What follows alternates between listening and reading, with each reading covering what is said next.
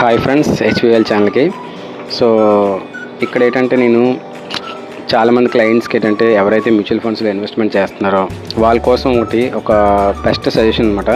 So చాలామంది రేర్గా చేసే మిస్టేక్స్ కూడా చాలా ఎక్కువగా చేస్తారు ఇది మిస్టేక్స్. సో 100లో 90% ఎక్కువగా ఈ మిస్టేక్స్ ప్రతి ఒక్కరికి జరుగుతుంది. అదేంటంటే చాలామంది ఎస్ఐపి అమౌంట్ ఉంచుకోవట్లేదండి. చాలామంది ఏంటంటే అకౌంట్లోని అమౌంట్ ఉంచుకోకపోవడం వల్ల ఏంటంటే బౌన్స్ ఛార్జెస్కి గురైపోతున్నారు. సో ఆ బౌన్స్ ఛార్జెస్ కూడా ఒక్కోసారి ఎలా ఉంటుందంటే ఒక్కొక్క బ్యాంక్ ఒక్కొక్కలా ఛార్జ్ చేస్తుంది. ఎగ్జాంపుల్గా చెప్పాలంటే ఎస్బీఐ అయితే 500 రూపీస్, ఐసిఐసిఐ బ్యాంక్ అయితే 500 రూపీస్, యూనియన్ బ్యాంక్ అయితే 200 రూపీస్, కొన్ని రేట్ తక్కువ ఉన్న బ్యాంక్స్కి అయితే 300 రూపీస్. ఇలా ప్రతి ఒక్క బ్యాంక్ కూడా ఒక్కొక్కటి ఒక్కలా ఛార్జెస్ చేస్తుంది. అసలు ఈ బౌన్స్ ఛార్జెస్ ఎందుకు పడుతున్నాయి అనేది మనం ఒక్కసారి ఈ విషయం కానీ తెలుసుకోగలిగితే ఈ బౌన్స్ ఛార్జెస్ అనేది మనం డెఫినెట్గా ఆపచ్చండి. సో అదేంటంటే సో ఇక్కడ మనకి మేజర్గా ఏంటంటే చాలామంది ఎగ్జాంపుల్గా తీసుకున్న ఒక డేట్న 5వ తారీఖున ఎస్ఐపి అంటే చాలామంది ఏం చేస్తారంటే 5వ తారీఖున అమౌంట్ ఉంచుకుంటారండి. సో 5వ తారీఖున ఎస్ఐపి కదా, 5వ తారీఖున ఉంచుకుంటే ఆటోమేటిక్గా ఎస్ఐపి కట్ అయిపోతుంది కదా, దానికేం ప్రాబ్లం అని చెప్పేసి 5వ తారీఖు చూద్దాం. కానీ దానివల్ల ఇంకా బౌన్స్ ఛార్జెస్ పడిపోతాయి.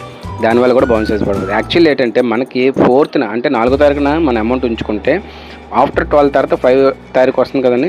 సో ఆఫ్టర్ 12 తర్వాత అది ఎప్పుడైనా కట్ చేసుకుంటాడు. అది తెల్లవారుజామున 3 గంటలు కట్ చేసుకుంటాడు, అయితే 12 కట్ చేసుకుంటాడు. ఇది మ్యూచువల్ ఫండ్తో సంబంధం ఉండదు, ఓన్లీ ఫర్ బ్యాంక్ మీద డిపెండ్ అయి ఉంటుంది. సో అది ఎప్పుడైతే కట్ చేసుకుంటాడో అది ఏఎంసీకి డైరెక్ట్గా వెళ్ళిపోద్ది. కొన్నిసార్లు లేట్ అవుతుందంటే 1 డే తర్వాత కట్ చేస్తాడు. అంతే 5వ తారీఖున ఎస్ఐపి అయితే 6వ తారీఖున కట్ చేస్తాడు, ఎందుకంటే పబ్లిక్ హాలిడే. కొన్నిసార్లు ఇచ్చేస్తాడు 7వ తారీఖున కట్ చేస్తాడు, ఎందుకంటే అది కూడా పబ్లిక్ హాలిడే, అంటే 2 డేస్ తర్వాత ఎస్ఐపి కట్ చేస్తాడు. సో ఇక్కడ మనం వెయిట్ చేసుకుంటాం. ఇక్కడ 4వ తారీఖున మన అమౌంట్ వేస్తే 7th అంటే ఆల్మోస్ట్ 3 డేస్ గ్యాప్ వస్తుంది. ఈ 3 డేస్ గ్యాప్లో మనం ఏంటంటే ఈ లోపు మనకు కట్ అవ్వలేదు కదా, మనం వెయిట్ చేస్తుంటే దేనికైనా ఒక ట్రాన్సాక్షన్ వాడి సిమ్యులేట్గా వేసేద్దాం అనుకుంటాం. ఎట్టి పరిస్థితులు అలా చేయొద్దండి. అలా చేయడం వల్ల మీకు బౌన్స్ ఛార్జెస్ డెఫినెట్గా పడిపోతాయి.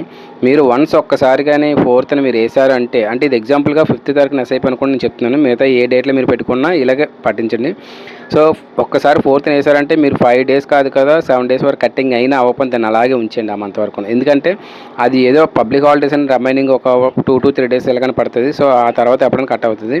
సో దాన్ని దృష్టిలో పెట్టుకొని మీరు ఎస్ఐపి ఒక్కసారి కానీ మీరు ఆ డేట్ను పెట్టుకున్నారంటే దానికి ముందు రోజు వేసేసి దాన్ని అలాగే ఉంచండి. మీరు అలా ఉంచడం వల్ల మీ బౌన్స్ ఛార్జెస్ అనేది మీరు అవాయిడ్ చేయగలుగుతారు అనమాట.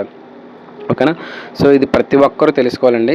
సో ఎందుకంటే నా ఎగ్జాంపుల్ నా క్లయింట్స్కే నా దగ్గర ఉన్న 50 మెంబర్స్ క్లయింట్స్కి మేము ఇలాగ షేర్ చేస్తాం. అంటే వాళ్ళ తెలుగు ఎక్స్పీరియన్స్ నాకు తెలుసు కాబట్టి మీకు చెప్తున్నానండి.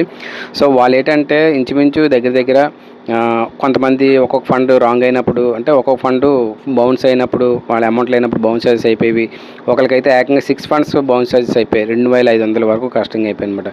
సో ఒక్కసారి అది ఆలోచించుకోండి. Thank you friends. మీకు ఏమైనా సజెషన్ కావాలన్నా మీ ఫండ్స్ పోర్ట్ఫోలియో చేయాలనుకున్నా నెంబర్ కాల్